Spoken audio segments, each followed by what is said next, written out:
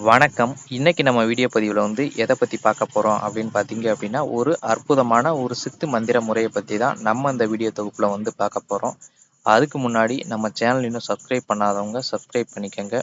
கூட வர்ற bell சிம்பலையும் ஆல்ன்றத click பண்ணிக்கங்க. அப்பதான் நான் போடுற வீடியோ உங்களுக்கு உடனே நோட்டிஃபிகேஷனா வரும்.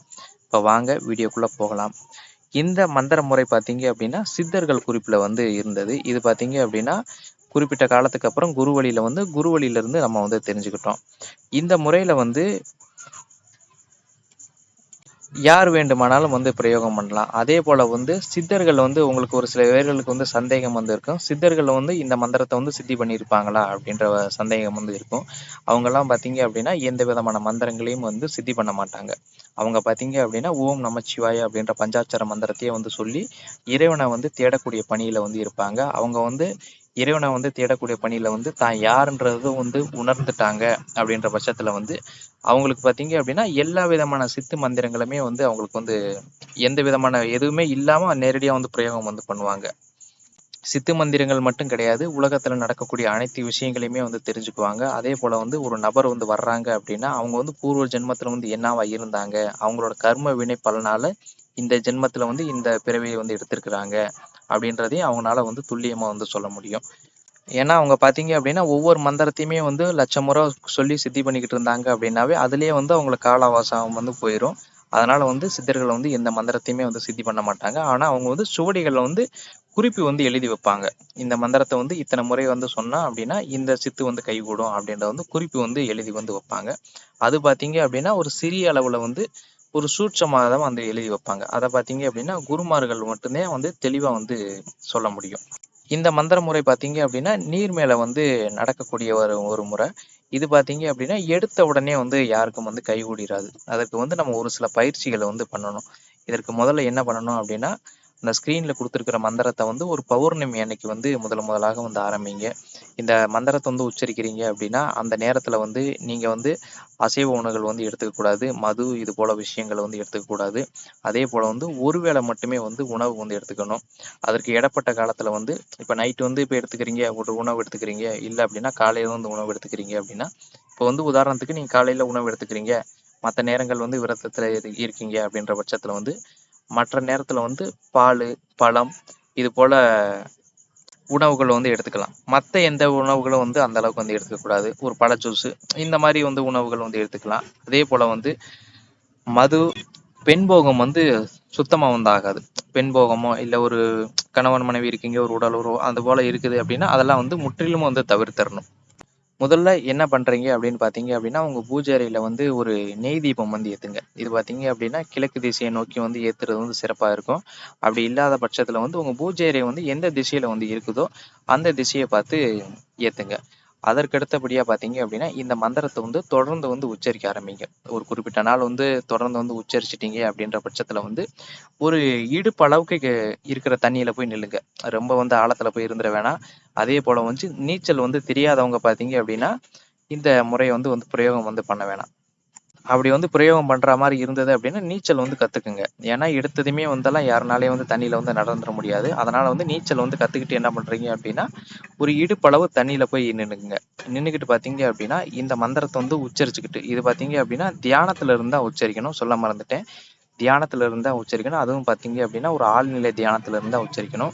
உச்சரிக்கக்கூடிய நேரத்துல ஒரு முறை மந்திரத்த உச்சரிக்கிறீங்க அப்படின்னா, மூச்ச உள்ளடக்கிக்குங்க. இது உள்ளடக்கிக்கிட்டு மனசுக்குள்ள மந்திரத்த உச்சரிச்சுட்டு, அதற்கடுத்து மூச்ச வெளியில விடுங்க. இதே போல தான் நீங்க மந்திரத்த சொல்லணும். அதே போல எந்த விதமான சிந்தனைகள் வெளி சிந்தனைகள் இருக்கக்கூடாது.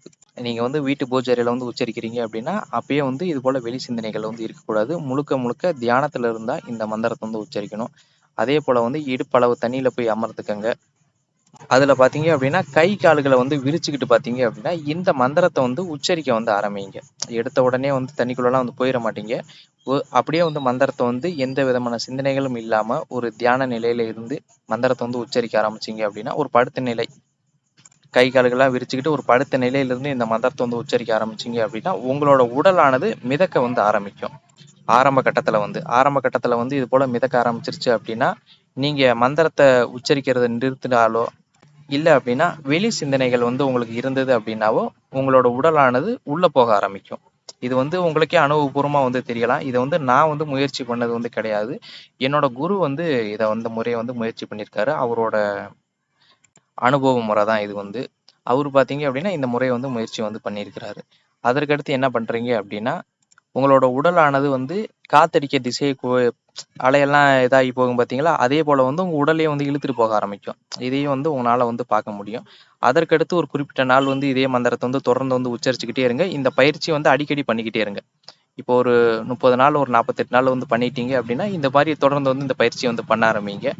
அதற்கடுத்தபடியா பார்த்தீங்க அப்படின்னா, இந்த பயிற்சி வந்து கைகூடிருச்சு அப்படின்ற அடுத்த நிலை பயிற்சி வந்து பார்த்தீங்க அப்படின்னா, 2 கால்களையுமே வந்து பின்னி பார்த்தீங்க அப்படின்னா, அமர்ந்த நிலையில கை கூப்பி இந்த மந்திரத்தை வந்து உச்சரிக்க வந்து ஆரம்பிங்க. இது பார்த்தீங்க அப்படின்னா அமர்ந்த நிலை அப்படின்றது வந்து சாய்வா வந்து படுத்துக்கிட்டு தான். படுத்துக்கிட்டு காலை வந்து உட்காருவீங்க பார்த்தீங்களா, அந்த மாதிரி வந்து காலை வந்து சமணங்கால் போட்டு அமர்ந்து கை வந்து மேலே வந்து கூப்பி இந்த மந்திரத்தை வந்து உச்சரிக்க அதே போல் பண்ணினீங்க அப்படின்னா அதுவும் வந்து உங்களுக்கு வந்து கை கூட ஆரம்பிக்கும். அதற்கு அடுத்தபடியாக பார்த்தீங்க அப்படின்னா அதையும் வந்து பார்த்தீங்க அப்படின்னா ஒரு குறிப்பிட்ட நாள் வந்து பண்ணிட்டீங்க அப்படின்னா அதற்கு அடுத்தபடியாக வந்து அந்த இடத்துலயே வந்து உங்களால் வந்து அமர முடியும். இப்போ தண்ணீருக்கு மேலேயே வந்து தியானத்தினால உங்களால் வந்து அமர முடியும். அதற்கடுத்து வந்து பார்த்தீங்க அப்படின்னா அந்த தண்ணீர் மேலேயே வந்து எழுந்து நிற்க வந்து முயற்சி பண்ணுங்க. எழுந்து நிற்கவும் அதனால வந்து முடியும். அதற்கடுத்தபடியாக பார்த்தீங்க அப்படின்னா தண்ணியில் வந்து நடக்க ஆரம்பிக்கலாம். அதே போல் வந்து தண்ணியிலையும் வந்து ஓட ஆரம்பிக்கலாம். இந்த முறையை பார்த்தீங்க அப்படின்னா பெண்களால் வந்து செய்ய முடியாது. பெண்களால் வந்து அந்த மாதர் தீட்டுக்களம் இது போலலாம் நாட்கள்லாம் வந்து செய்ய முடியாது. மற்றபடி ஆண்கள் வந்து தாராளமாக வந்து முயற்சி வந்து பண்ணலாம். ஆண்கள்னால வந்து கண்டிப்பாக வந்து முடியும். அதே போல் வந்து இந்த மந்திரத்தை வந்து உச்சரிக்கிறீங்க அப்படின்னா காலையில் ஒரு 108 முறை, சாயங்காலம் ஒரு 108 முறை வந்து சிவ பஞ்சாட்சர மந்திரத்தை வந்து உச்சரிக்க வந்து ஆரம்பிங்க. சூரியன் உதயமாகும் போது, சூரியன் வந்து மறையும் போது. இந்த பூஜைக்கு பார்த்தீங்க அப்படின்னா எந்த விதமான படையல்கள்லாம் வந்து எதுவும் வந்து கிடையாது. அதே போல் வந்து உங்களால் முடிஞ்சது அப்படின்னா உங்களால் கழுத்தில் அணிஞ்சிக்க முடிஞ்சது அப்படின்னா ருத்ராஜர மாலை வந்து அணிஞ்சுக்கங்க. அது பார்த்தீங்க அப்படின்னா ஒரு 108 எண்ணிக்கை இருக்கக்கூடிய ஒரு ருத்ராஜர மாலையை வந்து அணிஞ்சுக்கங்க. மற்ற எந்த தேவைக்கும் வந்து அதை வந்து பயன்படுத்தியிருக்கக்கூடாது. எந்த தேவைக்கும் வந்து அதை வந்து இதற்கு முன்னாடி வந்து எதற்கும் வந்து பயன்படுத்தியிருக்கக்கூடாது. ஒரு பூஜைக்காக வந்து பயன்படுத்தியிருக்கிறது வேற, வேற எந்த இதுக்கும் வந்து பயன்படுத்தியிருக்கக்கூடாது. அதுபோல் வந்து ஒரு புது மாலையாக வாங்கி வந்து போட்டுக்கோங்க. அதை பார்த்தீங்க அப்படின்னா எடுத்ததுமே வந்து போட்டுறாதீங்க. பால், பன்னீர், மஞ்சள் நீர் இதிலெல்லாம் பார்த்தீங்க அப்படின்னா ஊற வச்சு அதற்கடுத்து வந்து போட்டுக்குங்க. ஏன்னா அது எத்தனை பேர்த்து வந்து கைப்பற்றிருக்குது அப்படின்றதும் தெரியாது இல்லையா? அதனால வந்து இது போல வந்து படுத்திக்கங்க. அதே போல வந்து நீங்க வந்து இடுப்புல வந்து அணிஞ்சுக்கிறதுக்கு பார்த்தீங்க அப்படின்னா ஒரு காவி வஸ்திரம் வந்து உடுத்திக்கங்க. அதே போல வந்து மந்திரத்தை வந்து இரவு வேளையில தான் உச்சரிக்கணும் அப்படின்றதெல்லாம் இல்லை. எந்த நேரத்துல வேண்டுமானாலும் வந்து உச்சரிக்கலாம். எந்த நேரத்துல வேண்டுமானாலும் உச்சரிக்கலாம். ஆனா வந்து பூஜை அறையில வந்து உச்சரிங்க. இல்லை அப்படின்னா ஏதாவது ஒரு சிவாலயம் வந்து உங்களுக்கு கிடைச்சது, அமைதியான சூழ்நிலையில வந்து கிடைச்சது அப்படின்னா அங்க இருந்து தாராளமா வந்து உச்சரிக்கலாம். இதுல வந்து முக்கியமா வந்து நீங்க கடைபிடிக்கக்கூடியது வந்து மனசுத்தியும், விரதத்தையும் வந்து கடைபிடிக்கணும். அதே போல வந்து மனக்கட்டுப்பாடு இதெல்லாம் இருந்தது அப்படின்னா தான் இந்த மந்திரமானது வந்து வேலை செய்யும். ஏன்னா மனம் வந்து அலைபாய விட்டீங்க அப்படின்னா அது வந்து மந்திரமானது வேலை செய்யாது. அதனால தான் பார்த்தீங்க அப்படின்னா தியானம் வந்து பண்ணுனீங்க அப்படின்னா மனமானது வந்து கட்டுப்படும். இந்த வீடியோ பதிவுல வந்து உங்களுக்கு வேற எதுவும் சந்தேகம் இருந்தா கீழ இருக்க கமெண்ட் பாக்ஸ்ல வந்து கேளுங்க. நான் வந்து தனியா வந்து ஒரு ஷார்ட்ஸ் வீடியோ வந்து போடுறேன். நன்றி, வணக்கம்.